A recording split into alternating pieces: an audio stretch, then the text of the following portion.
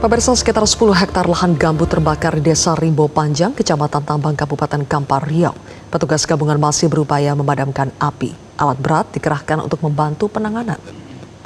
Kebakaran hutan dan lahan melanda kawasan hutan gambut di Desa Rimbo Panjang, Kecamatan Tambang, Kabupaten Kampar Riau. Luas lahan yang terbakar diperkirakan mencapai 10 hektar. Hingga kini petugas gabungan masih berjibaku memadamkan api. Sejumlah alat berat juga dikerahkan untuk membuka akses menuju titik kebakaran sekaligus membuat sekat agar api tidak merambat ke lahan lain dan mendekati permukiman warga. Kondisi lahan gambut yang masih mengeluarkan asap membuat petugas harus terus melakukan pemadaman dan pembasahan. Petugas juga melakukan pendinginan untuk memastikan tidak ada bara api yang kembali menyala.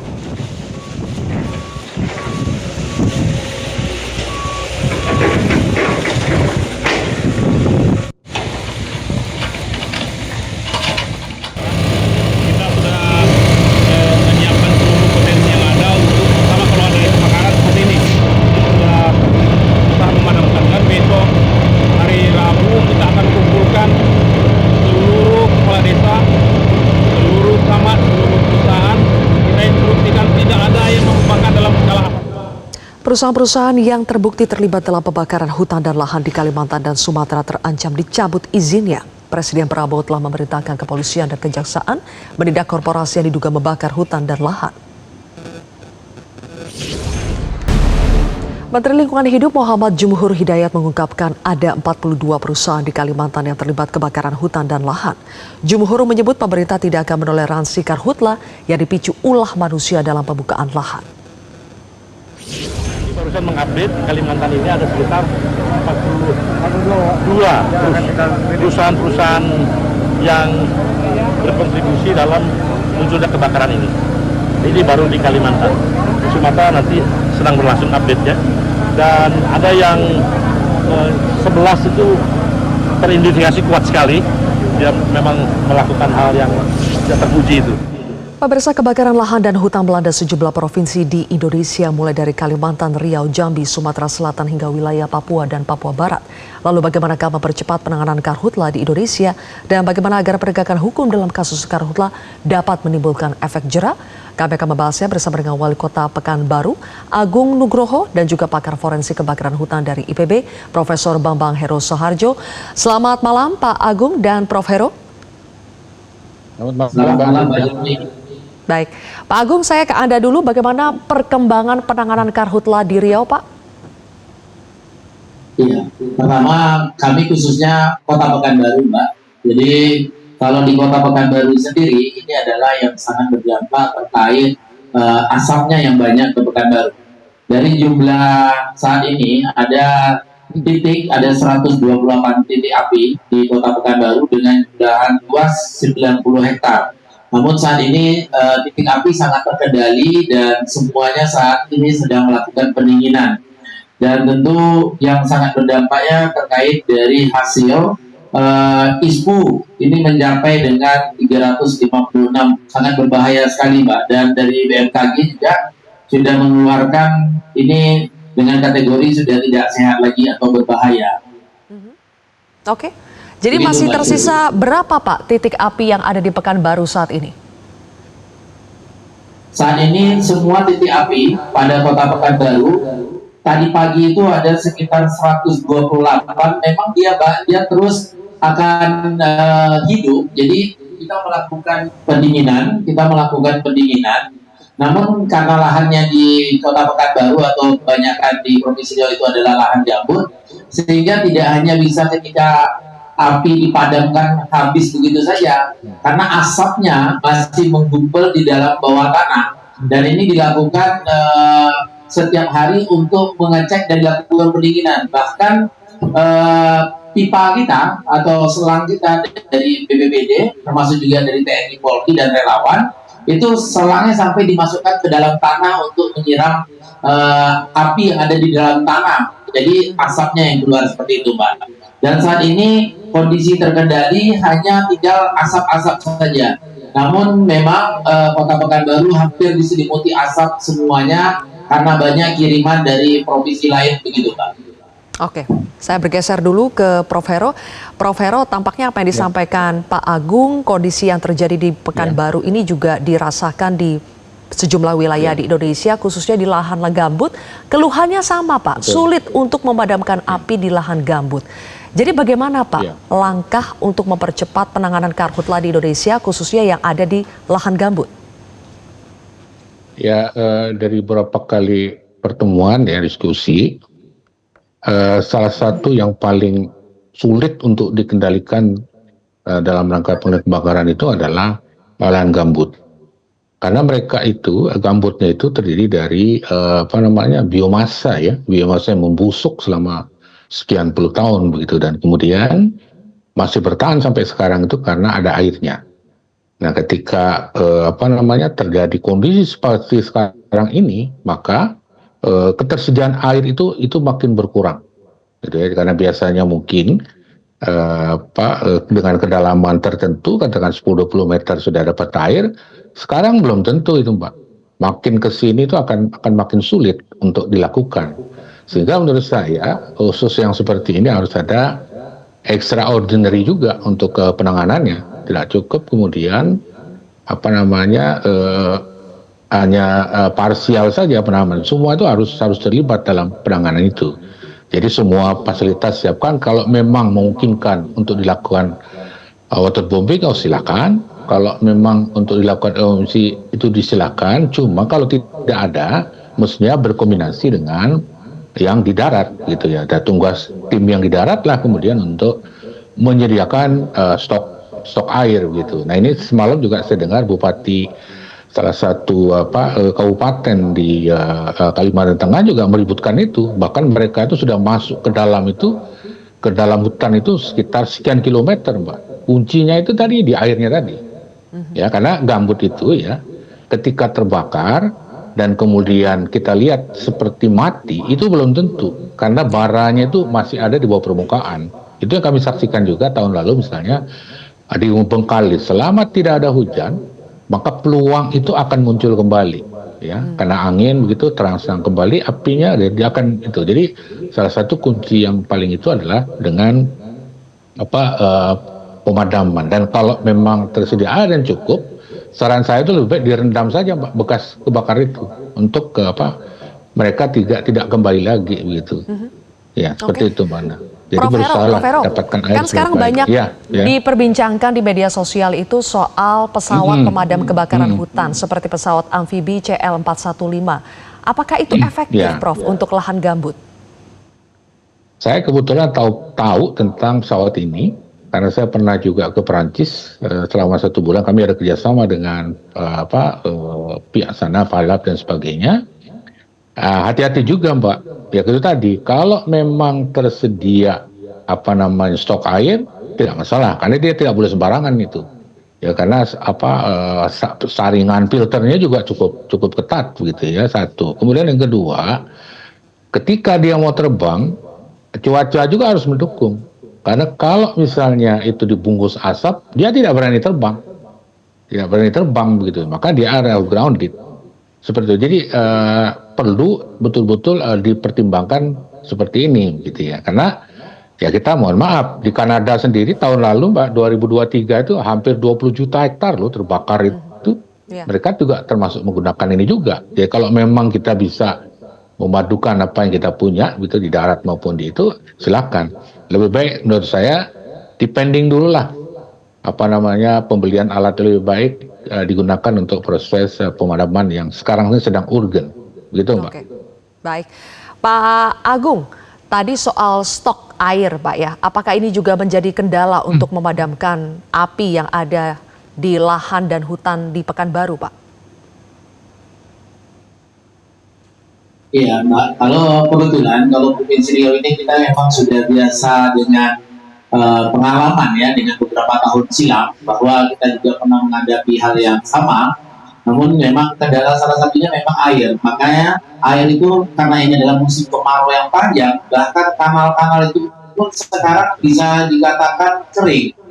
Jadi sehingga memang saat ini kemarin sesuai dengan Bapak Presiden instruksinya waktu datang ke Pekanbaru meninjau wilayah Provinsi Riau juga, itu mungkin ada solusi beberapa titik yang memang betul-betul ada rawan. Kita mencarikan airnya dengan adanya sumur, Pak. Dan ini juga mungkin salah satu untuk bagaimana penanganan dalam waktu dekat. Namun memang sejatinya bagaimana kita bisa mengalirkan aliran sungai sampai kepada tempat-tempat melalui kanal-kanal yang memang sering terjadinya kebakaran tersebut. Lalu memang saat ini yang paling kami perhatikan adalah bukan tentang memadamkan api, tapi tentang memaintennya. Bagaimana merawatnya sehingga ini dipastikan dalam 2 minggu ke depan api ini tidak hidup lagi. Karena api ini 1-2 hari bisa dia hilang, tapi kadang-kadang hari keempat, hari kelima, kadang-kadang dia muncul lagi dan terbang sebutannya itu berakibat ke tempat lain yang terbakar seperti itu. Kami Kota Pekanbaru yang sangat berbatasan dengan daerah sebelah yaitu Kampar dan juga Pelalawan yang memang ada beberapa lahan yang cukup banyak bakar, bahkan kita tidak hanya menurunkan BPBD tapi juga damkar dan semua struktur untuk bagaimana memadamkan api ini turun ke lapangan dan mengedukasi kepada masyarakat.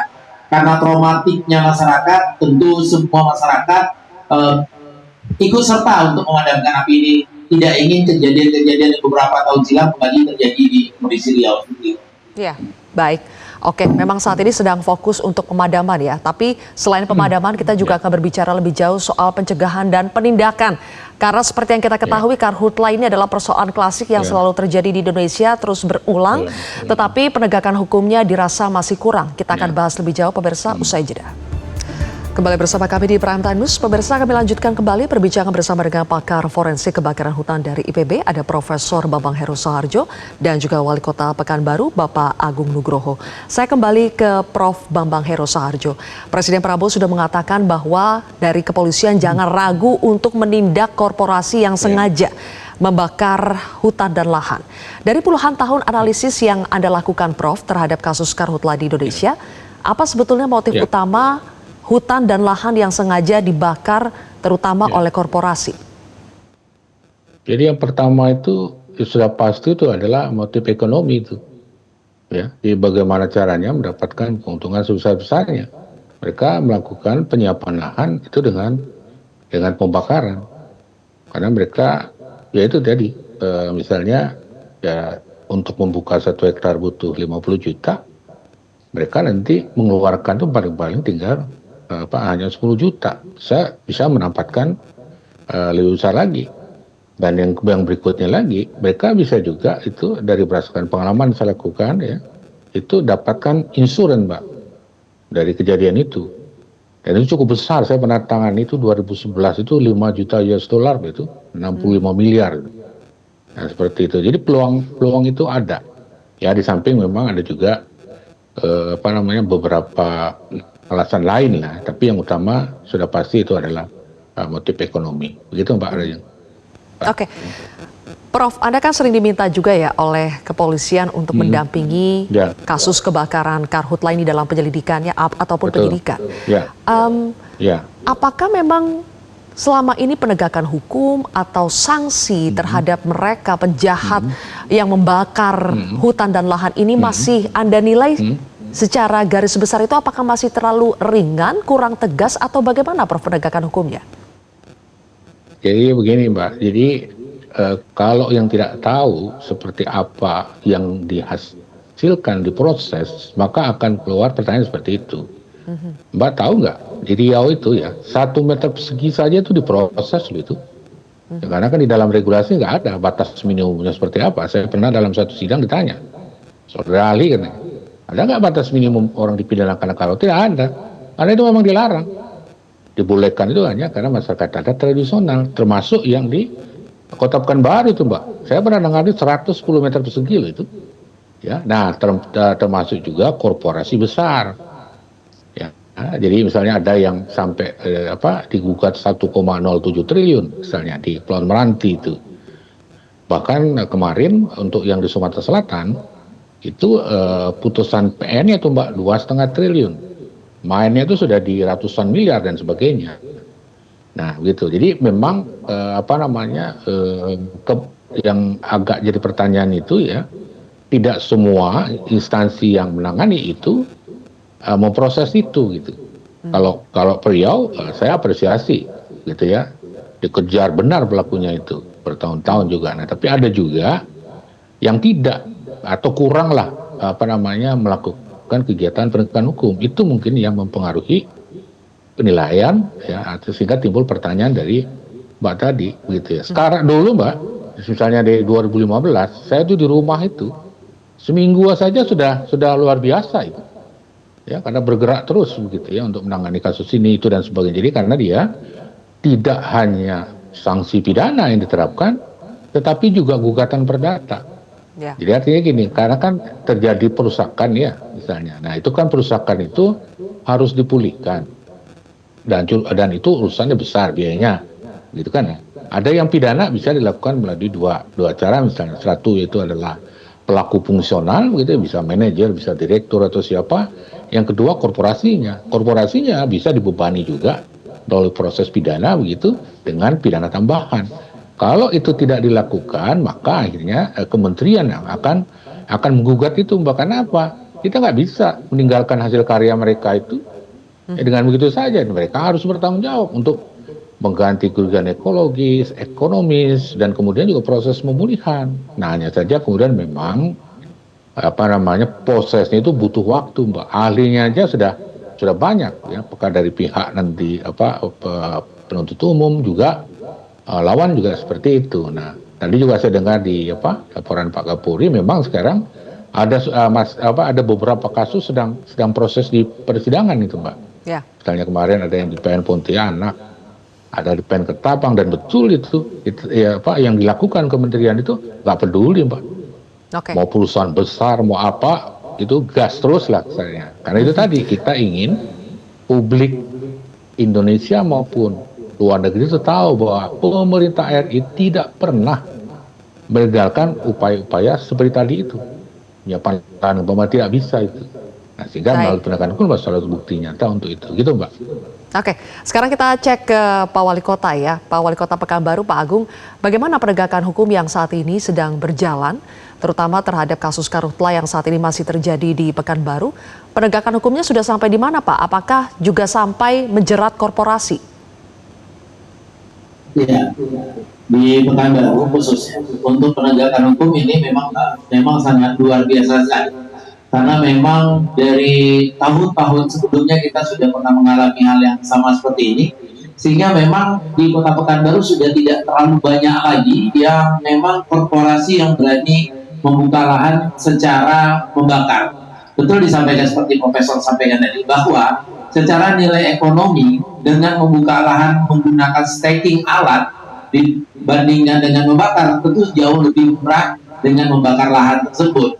Namun memang saat ini karena penegakan hukum yang sangat luar biasa dipimpin oleh Pak Kapolda, Pak Herimen, dan juga Pak Pangdam, tentu sangat menekan sekali dan membuat trauma, sehingga akhirnya pemerintah kota dan provinsi Riau ini sangat untuk melakukan pencegahan dengan cara tentu memberikan sosialisasi kepada masyarakat dan menerbitkan perwako terkait setiap pemilik lahan berkewajiban untuk menjaganya lahannya masing-masing, sehingga ini tidak ada lagi alasan misalnya lahan tersebut dibakar karena ada yang memancing misalnya di situ. Jadi sehingga pemilik lahan pun dia bertanggung jawab di sana. Dan inilah yang kami lakukan di Kota Pekanbaru, dan bersyukur sekali karena ada gerakan yang sangat intens seperti Pak Panglima dan Pak Kapolda itu langsung turun ke lapangan, dan sehingga memang api di Provinsi Riau ini sangat terkendali. Namun memang asapnya yang memang kita tidak bisa kendalikan karena arah angin menurut BMKG ini, baik dari Jambi, satu lagi dari Provinsi Sumsel, itu arahnya ke Kota Pekanbaru. Maka sehingga saat ini ISPU kami sampai ke 356 dan sangat berbahaya. Dan 3 hari ke depan kami sudah meliburkan anak-anak sekolah, Mbak. Begitu, Mbak Silvi. Oke, kalau memang penegakan hukum di Pekanbaru Riau ini termasuk yang lebih baik ya dibandingkan dengan wilayah-wilayah lain, Pak Agung. Tapi kan pastinya yang diharapkan oleh masyarakat adalah tidak terjadi lagi sebetulnya setiap tahunnya. Nah, bagaimana sampai ke upaya menekan tidak ada lagi karhutla yang ada di Pekanbaru, Pak? Ya, memang Mbak, secara ke masyarakat kita bisa kendalikan ketika dia ada di pemukiman-pemukiman. Namun terkadang yang di tengah-tengah kawasan yang tentunya di wilayah-wilayah perkebunan yang bisa kita sebutkan di kawasan perkebunan di tengah yang masih banyak hutan ya, seperti itu memang agak susah mengendalikan. Terkadang ada yang memang misalnya kita mensosialisasikan dan mengecek itu tahu ketika ada titik api atau hotspotnya ada di sana, seperti itu. Dan masyarakat hari ini tentunya dari kami peserta perangkat, baik dari camat hingga sampai ke lurah dan juga sampai dengan Babinsa dan Babin Mas, dan ini turun bersama-sama tidak lagi hanya di pemukiman masyarakat, tapi sudah melakukan ngecek sampai kepada posisi ke tengah-tengah hutan yang ada di Kota Pekanbaru. Dan ini menurut kami saat ini yang di tahun ini Kota Pekanbaru bahkan Provinsi Riau sangat bisa dikatakan terkendali daripada yang pernah dulu terjadi di Provinsi Riau gitu Mbak. Baik, oke. Terima kasih Pak Agung. Mungkin saya singkat ya ke Prof. Hero sebelum menutup diskusi kita. Soal tepung ubi, wacana memproduksi massal tepung ubi untuk memadamkan api yang baru dibicarakan oleh Presiden dan juga Kapolri. Menurut Anda bagaimana ini Prof? Apakah ini memang betul ada risetnya secara sudah terbukti secara saintifik bisa efektif memadamkan api? Jadi mohon maaf kalau untuk tepung ubi saya tidak punya informasi apapun. Tapi saya sudah melakukan itu dengan menemukan tepung jagung, Mbak. Itu bahkan sudah dilakukan riset dan sudah diuji cobakan. Dan biasanya tepung jagung itu nanti dikombinasi dengan beberapa material itu digunakan untuk pemadaman kebakaran di gambut. Ya. Sehingga apa? Sehingga ketika disemprot, itu kan nanti diaduk ya, di air begitu, kemudian disemprot. Nah kalau dia tidak ada pemberat, itu dia akan kemana-mana itu, si airnya itu. Tapi kalau dia disemprot dengan ada pemberat, berupa tepung tadi atau kita katakan gel, maka sasaran tembaknya itu fokus. Itu yang pertama. Yang kedua, ketika kita bicara kebakaran gambut, peluang akan munculnya itu akan timbul. Nah, sekarang pertanyaannya adalah bagaimana menutup pori itu supaya dia tidak kembali lagi. Ya, itu kan kami lihat kemarin misalnya di kejadian di TKP di Polres Bengkalis. Nah, salah satunya itu adalah menggunakan tepung yang dikombinasikan tadi, yang saya itu adalah tepung jagung. Jadi begitu disemprot ke wilayah itu, gitu ya, dan kemudian, nah si gel tadi itu akan menutupi pori-pori dari gambut itu, sehingga apa? Peluang untuk dia naik itu sangat berkurang. Bahkan kami bisa bahkan ini ya sudah diikuti mahasiswa S1 saya di Fakultas Kehutanan dan Lingkungan IPB, kami sampai bisa menghitung dengan cara ini berapa sebetulnya penurunan emisi yang bisa dihasilkan. Kalau tepung ubi saya tidak tahu, tapi kalau tepung jagung sudah pernah dicoba, sudah pernah dilakukan dan sebagainya. Begitu Mbak. Baik kalau begitu. Terima kasih Profesor Bambang Hero Saharjo dan juga Pak Agung Nugroho sudah bergabung bersama kami di Prime Time News hari ini. Jelajahi cara baru mendapatkan informasi. Download Metro TV Extend sekarang.